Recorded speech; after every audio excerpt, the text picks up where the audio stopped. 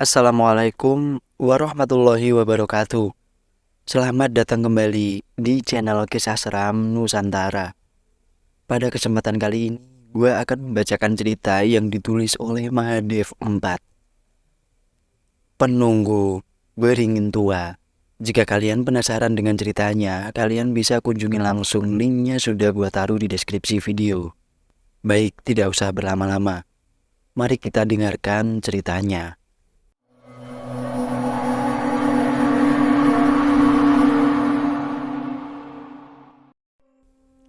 Pukul 4 sore, Rian tengah serius mengerjakan PR ketika sebuah suara teriakan dari luar rumah membuyarkan konsentrasinya. "Rian, main yuk!" Ya, itu adalah suara Denis, teman sekolahnya.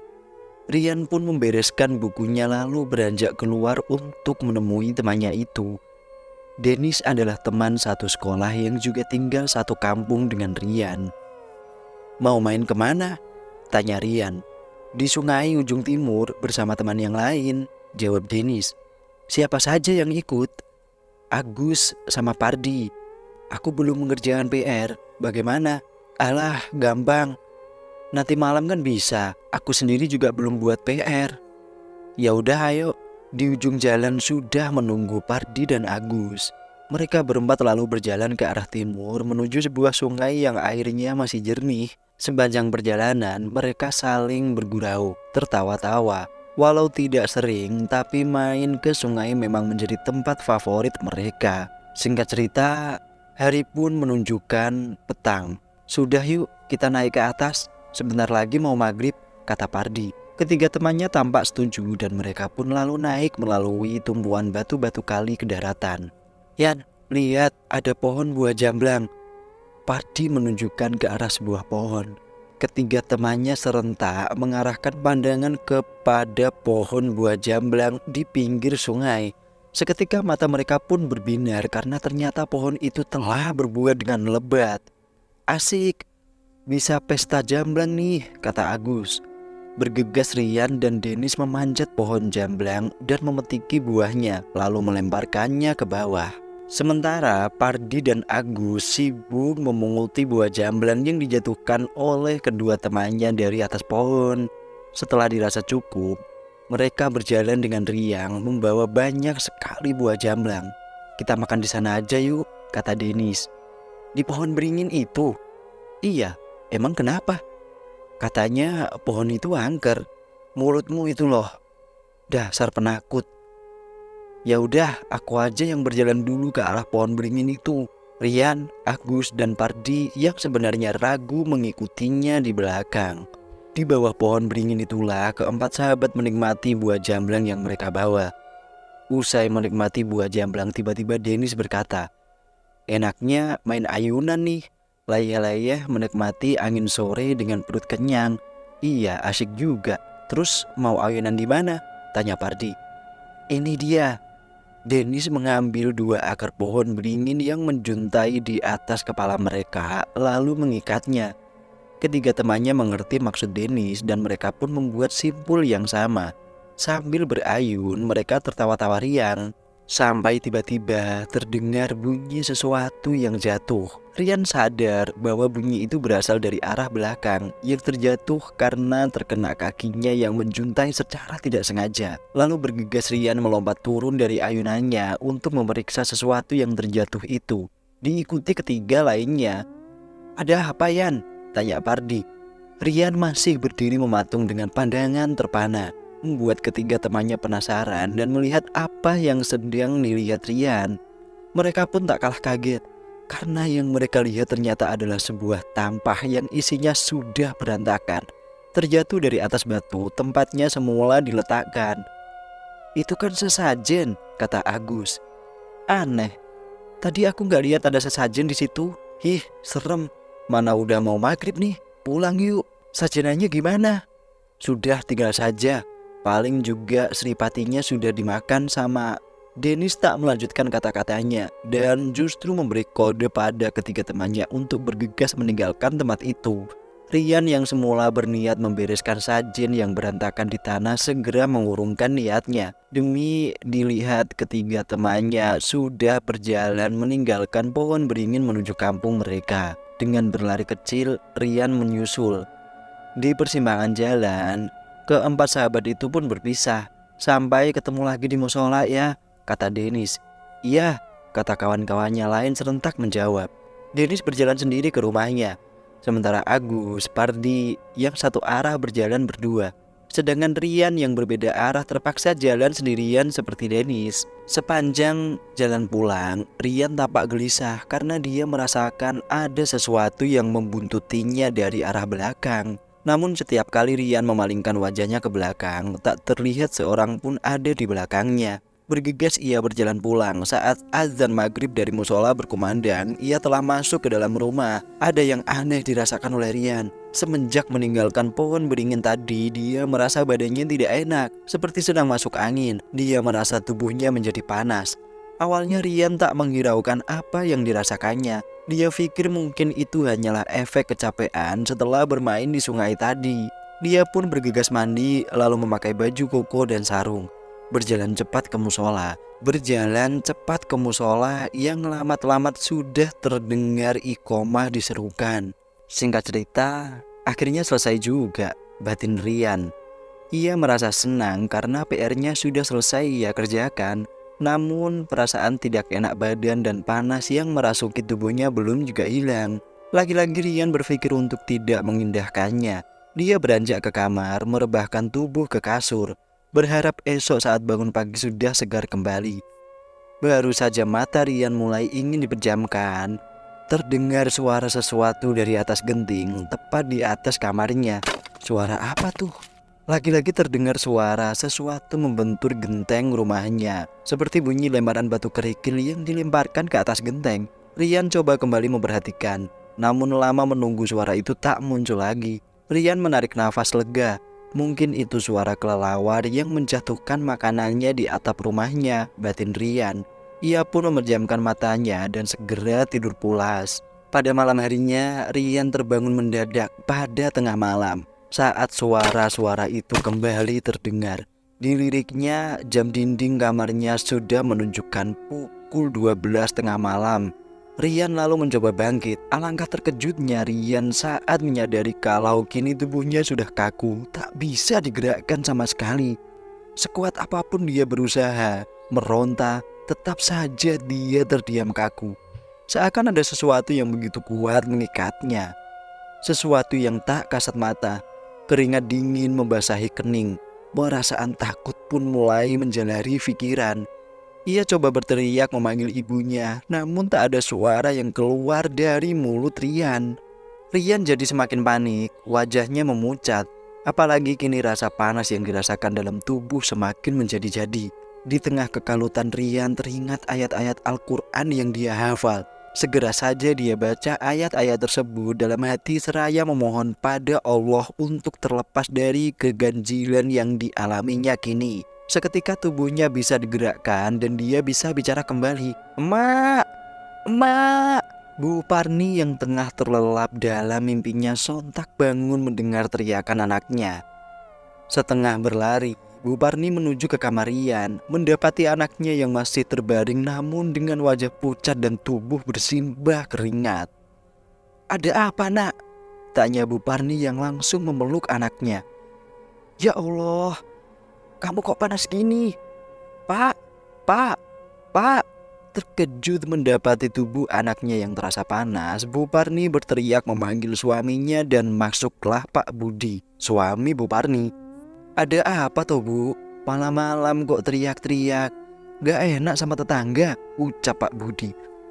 Ini loh Pak, anakmu, badannya panas tenan. Sakit apa ini? Pak Budi juga tampak terkejut melihat pucat wajah Rian dan keringatnya yang mengucur deras. Pak Budi lantas menyentuh kening Rian. Masya Allah, kok panas kayak gini? Ia malah menjadi bingung sendiri. Mak, aku ngimpi serem, kata Rian. Ya udah, sesok dibawa ke puskesmas. Sudah, ambil air Pak, buat ngompres kepalanya si Rian, ucap Bu Marni. Pak Pardi lantas ke dapur mengambil air dingin ke dalam baskom, berikut sebuah handuk kecil dari kamarnya. "Makanya kalau mau tidur jangan lupa berdoa," kata Bu Parni seraya mengompres kepala Rian. Malam itu Bu Parni tertidur di sisi ranjang Rian, sementara Pak Budi tidur di kursi depan kamar Rian. 3 hari telah berlalu. Obat yang diberikan dokter puskesmas pun sudah mau habis, namun Rian sakit tak kunjung sembuh. "Assalamualaikum." Terdengar suara salam serempak, suara anak-anak. Rian tahu itu suara teman-teman sekolahnya yang datang untuk menjenguknya. Benar saja, mereka yang datang memang teman-teman sekolah Rian. Mereka membawa bingkisan berupa bungkus roti tawar dan susu kaleng kental manis dan juga yang lainnya. Kunjungan mereka tidak lama. Mereka mengunjungi Rian sepulang sekolah, sedangkan bingkisan yang mereka bawa adalah hasil patungan uang jajan teman-teman sekelasnya. Tak lama kemudian mereka berpamitan kecuali Bagus, karena memang rumah Bagus tepat di sebelah rumah Rian. Kini tinggallah Bagus seorang yang menemani Rian. Bagus ini memang dikenal sebagai seorang anak yang punya kelebihan khusus. Dia bisa merasakan dan melihat kehadiran makhluk yang tak kasat mata. "Rian, apa Gus? Kayaknya sakitmu ini bukan sakit biasa deh."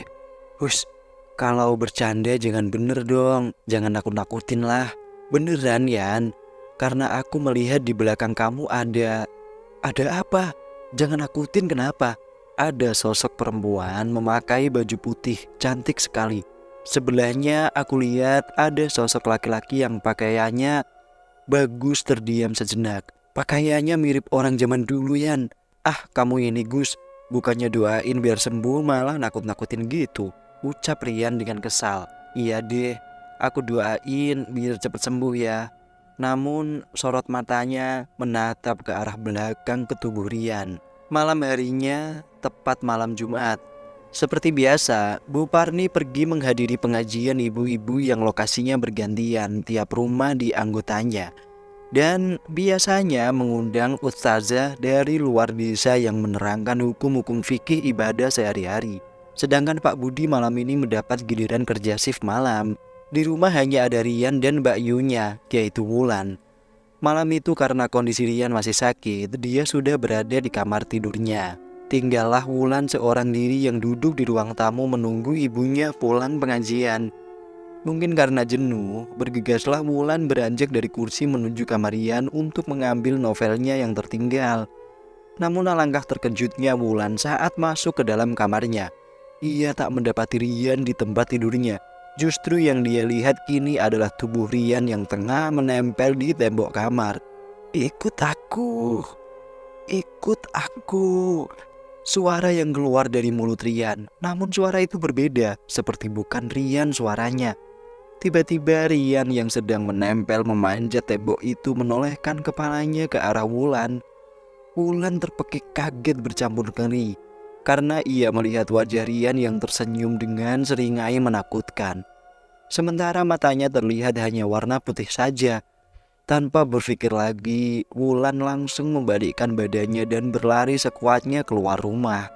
Yang ada dalam pikirannya kini hanyalah memanggil ibunya yang ia tahu tengah menghadiri pengajian bergilir di rumahnya Bu Minah.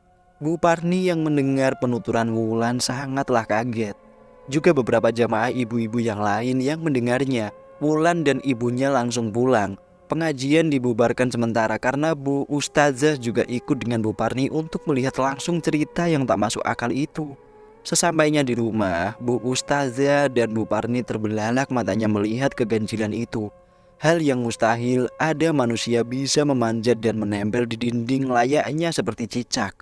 Meski sudah dibacakan ayat suci Al-Quran bahkan doa-doa pengusir setan, sesuatu yang merasuki tubuh Rian masih belum mau keluar. Seakan-akan apa yang dibaca itu tak memberikan efek apa-apa kepadanya. Bu Ustazah akhirnya mohon pamit dan meminta maaf kepada Bu Parni karena tidak bisa membantu. Bu Parni menatap Wulan. "Du, panggilkan Mbah Rekso ya. Minta disuruh kesini sekarang." Wulan mengangguk. Dia mengerti maksud ibunya. Mbah Rekso adalah sosok yang dituakan di desa itu. Kabarnya beliau juga orang yang sakti yang bisa melawan makhluk gaib. Tak lama Wulan kembali bersama Mbah Rekso. Mbah Rekso menggunakan baju hitam dengan belangkon yang menjadi ciri khasnya. Melihat kedatangan Mbah Rekso, Rian yang sedang kerasukan itu melompat turun dari dinding kamarnya, lalu duduk di pinggiran kasur, menatap tajam wajah Mbah Rekso. "Kalian tunggu saja dulu di luar. Saya akan coba bicara dengan sosok yang merasuki putra sampean," kata Mbah Rekso. Bu Parni menuruti kata-kata Mbah Rekso. Mereka menuju ruang tamu. Dalam hati berharap semoga semua ini akan segera berakhir. Mbah Rekso tampak menjurah hormat pada Rian, lalu berbicara dalam bahasa Jawa halus. Terjadilah dialog yang panjang dan cukup sengit. Ternyata sosok dalam tubuh Rian tetap tak mau pergi juga. Di ruang tengah, Mbah Rekso berkata pada Bu Parni, "Angel iki urusane." Bu Parni langsung menangis tak kuat lagi membendung air matanya. Sudah, jangan panik dulu. Buruan suruh pulang suamimu. Jemput temanku di desa sebelah. Namanya Mbak Darmo. Suamimu tahu kok rumahnya," ucap Mbah Rekso. Wulan segera menelpon bapaknya yang menyampaikan pesan yang dikatakan Mbah Rekso. 1 jam kemudian, Pak Budi kembali ke rumah bersama seorang lelaki dengan mengenakan sorban berwarna hitam di kepalanya. Secara singkat, Mbah Rekso menjelaskan apa yang terjadi di rumah ini pada Mbak Darmo. Mbak Darmo tampak mengangguk-anggukkan kepala. Keningnya berkerut karena serius menyimak penjelasan Mbah Rekso. Selanjutnya, Mbak Darmo meminta segelas air putih, lalu menuju kamar Rian dengan membawa gelas berisi air putih tadi. Awalnya terjadi dialog, sama seperti sebelumnya. Kemudian terdengar teriakan Rian dan suara-suara bentakan dari Mbah Darmo. Bu Parni dan Pak Budi yang hendak masuk ke kamar dicegah oleh Mbah Rekso. 1/2 jam kemudian Mbah Darmo keluar. Tubuhnya berkeringat, lalu mereka semua duduk di ruang tamu. "Kalian tenang saja, makhluk itu sudah pergi, namun dia pasti akan kembali. Setelah saya beri minum air yang sudah saya bacakan doa tadi, tubuh anak kalian sudah berangsur-angsur hilang panasnya. Di tangannya ku pasang sebuah cincin batu akik berwarna hitam. Tolong jangan sampai cincin itu dilepas untuk sementara ini, karena kalau terlepas makhluk itu akan kembali lagi masuk dan bisa lebih berbahaya lagi," ucap Mbah Darmo. Semalaman Pak Budi, Mbah Darmo dan Mbah Rekso tidak tidur. Hanya Bu Parni dan Wulan yang tidur di kamar Rian untuk menjaga anaknya. 3 gelas kopi panas dihidangkan Wulan pagi itu untuk bapak dan 2 orang tamunya. Muncul Rian dari kamar. "Kemari nak, duduk sini sama Mbah. Nggak apa-apa, tubuhmu segera sembuh setelah ini. Apa yang kamu rasakan semalam nak?" tanya Mbah Rekso pada Rian. Rian tampak berpikir sejenak lalu berkata, "Semalam aku seperti bermimpi, diajak pergi oleh seseorang yang cantik pakai baju zaman dulu. Aku tak mau, namun aku dipaksa." Mbah Darmo tampak memejamkan matanya. Setelah kedua matanya kembali terbuka, dia menatap Mbah Rekso. "Penunggu kerajaan di sungai ini, aing ganasnya tepat di pohon beringin." "Maksudmu Singganggu itu ratune?" "Iya so, Kalasawuni, penguasa kerajaan di sungai yang berada di pohon beringin tua itu." "Kon ngopo ning sungai iku le? Kamu ngapain di sungai itu?"